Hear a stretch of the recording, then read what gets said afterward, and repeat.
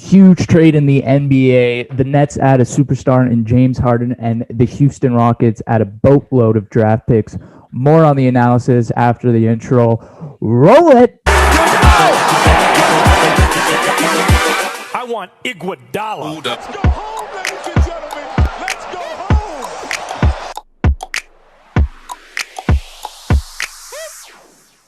Welcome to the second episode of the Chtib and Zhang show. I'm Chtib. That is Zhang down there. We are back. We have a special guest with us, Gabe Daoussis. He is the NBA analyst here on the Chtib and Zhang show. Gabe, how are we today? thank you for joining us on this Welcome, Gabe. Welcome. Anytime. An emergency episode. This trade just happened about an hour ago, and we had to film an episode for you guys right off the bat. So let's just dive right into it, guys. When you saw this news break, what was the first thoughts going through your head? I just want to know. Gabe, you go first. Want me to go first? All right. Yeah, guess. I see a championship team. I know it's early, but you gotta think: Kyrie Irving, Kevin Durant, and James Harden on the same team. If they can link, anything is possible. Yeah. What I'm thinking is this is literally a team of supervillains against LeBron. It's ridiculous. They all hate. None of them like LeBron. No. So just like they literally just built a team just to beat LeBron. Like this is ridiculous. Yeah. You know? Yeah. It seems like the new wave in the NBA. Well, it's been going on for a few years super now. teams. It's like you at least need two superstars to win an Yeah. NBA Oh, championship. Oh yeah. I just want to go through the full trade so everyone gets an idea of what pieces were shipped and what everyone's getting. So the Rockets, to start, they get Victor Oladipo from the Pacers. They get Dante Exum, Rondius Kurucs, and they get 3 Brooklyn first-round picks and 1 Milwaukee first-round pick, as well as 4 Brooklyn first-round swaps. The Nets, of course, get James Harden and nothing else. And Pacers get Karis LeVert, a second-round pick. And the Cavs get Jared Allen and Taurean Prince. So now that everyone knows what pieces every team's got, can I hear from you guys who the winners of this trade are and kind of the losers of this trade? Who didn't get as much as they could have? It's the Start with the Houston winners. Rockets. Houston Rockets. Okay, definitely won the trade. Houston Rockets Yeah. definitely won the Slow trade. down. Yeah. They basically got like 9 first-round picks or whatever. Isn't? Well, yeah, No, they got 8. 3 and 4 first-round swaps. Yeah, so they have like 8 first-round picks, and they're probably gonna swap most. Yeah. Because I don't know if Brooklyn's gonna be that good in later years, but Houston first round picks, like whenever you can get first round picks, usually win the trade. Happens most of the time.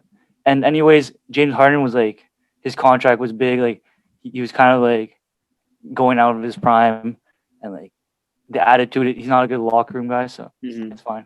I mean, me personally, obviously, you have Brooklyn who won the trade. You got 3 superstars now. But the most underrated thing that happened during this blockbuster deal was Karis LeVert for Victor Oladipo. Obviously, Victor Oladipo is going to fill up James Harden's spot because he's not there anymore. But you got to think, John Wall, Victor Oladipo, PJ Tucker, Christian Woods, and DeMarcus Cousins. That's a lethal team. You'll have John Wall facilitating the ball, probably putting up the Wizards numbers like he used to. You have Christian Wood, who's averaging 23 and 10. No one saw that coming into the season. So Some people did, like a lot of people were projecting Christian Woods to do really well because he had a really good season late season last year, but All right. not this good. He's been phenomenal this year, if I have to say something. He's been phenomenal. Yeah, and Gabe, we were talking before. Everyone seems to forget the Cavs were involved in this trade. You didn't really understand the Cavs pickup of Jared Allen. Can you explain that? I mean, half the team are centers. A few games ago, they had 4 centers on the floor because they had no one else to play, right? Yeah. Right. You expected him to you expect him to leave in free agency, or is he getting I re-signed? believe so. He's gonna want 12 to 14 mil per year, probably around 2 to 3 year contract. So Wait, who's this? Jared Allen? Jared Allen. Yeah, Jared Okay, Allen. but Jared Allen's gonna be a restricted free agent, so he's probably gonna have to sign like a sign and trade type. Because for people that don't know, Andre Drummond opted in this year. He's on a 1-year deal. He's going to be a free agent at the end of the season. Who knows if Cleveland's going to, try and sign him back, or maybe they try and sign Jared Allen as their starting center for the future. Obviously, the question begs, the Brooklyn Nets with James Harden, Kevin Durant, Kyrie Irving, maybe we don't know because of the family party he went to with no mask. The NBA is investigating that. If he plays, if those three guys are on the floor together, are they good enough to take over as the number one team or the favorites in the NBA over the Lakers? Eric, I want to hear your take on this. Okay, this. so I don't maybe not this year, but I feel like in the next, if they stick together like for a couple of years, they'll probably. I'm pretty sure they'll win one. Probably.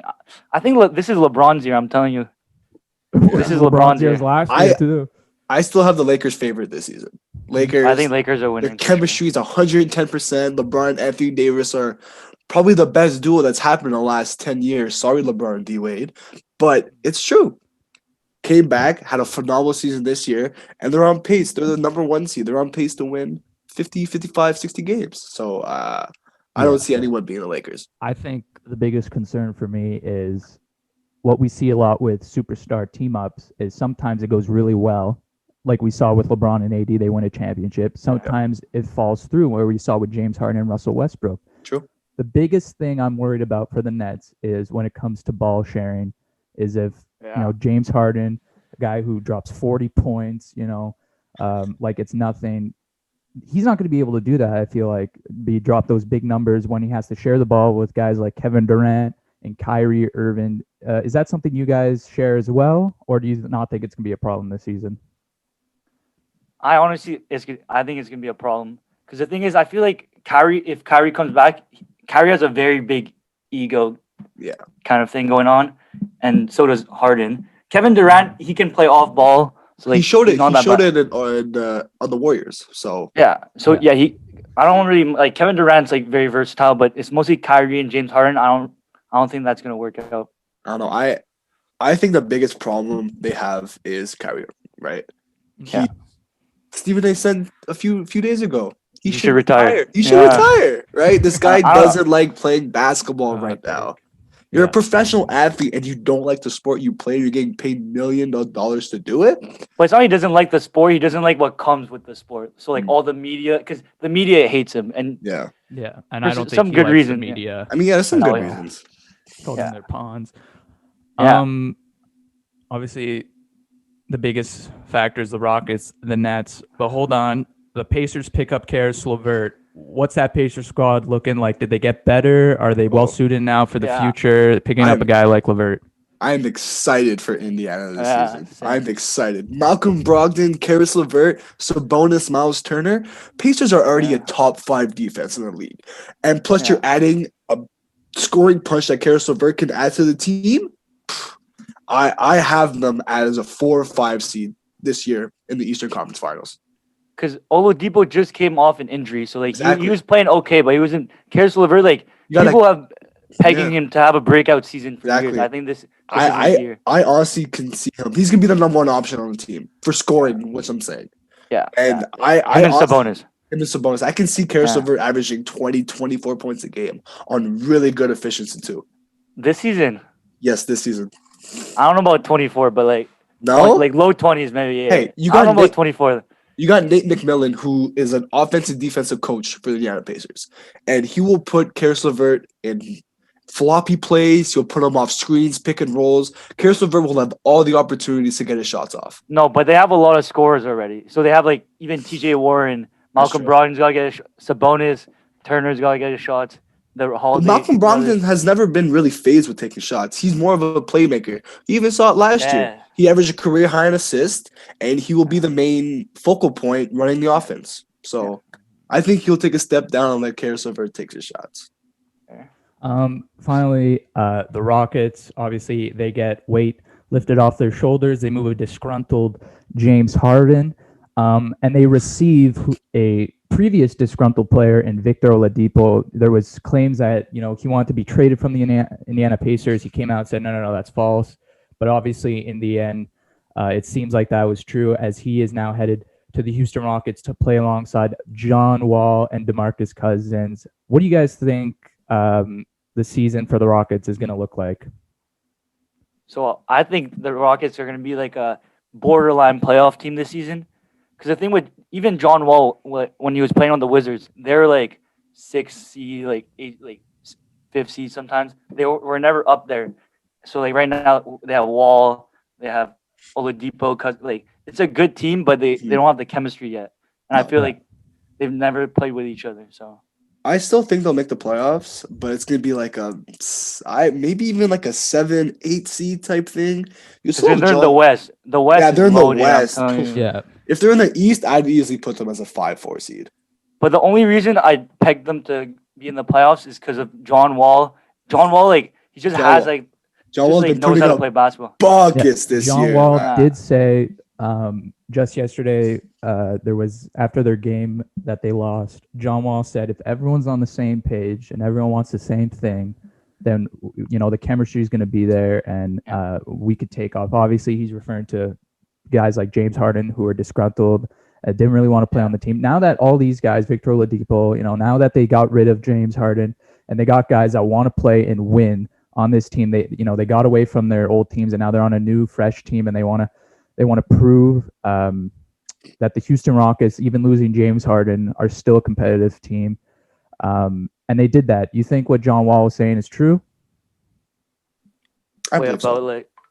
About their chemistry. You think that now that James Harden's gone, the Houston Rockets are gonna take another step? Not like a weird step. It's like it's gonna be like they're gonna try and like figure it out at first, and then after once they start clicking, I'm telling you they're just gonna go off. I think they have that potential.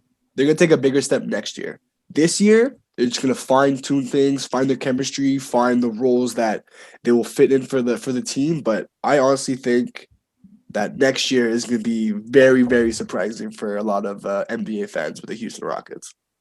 Fair. All right. Well, they have a young team there too, so yeah, They do. Got a lot of young pieces.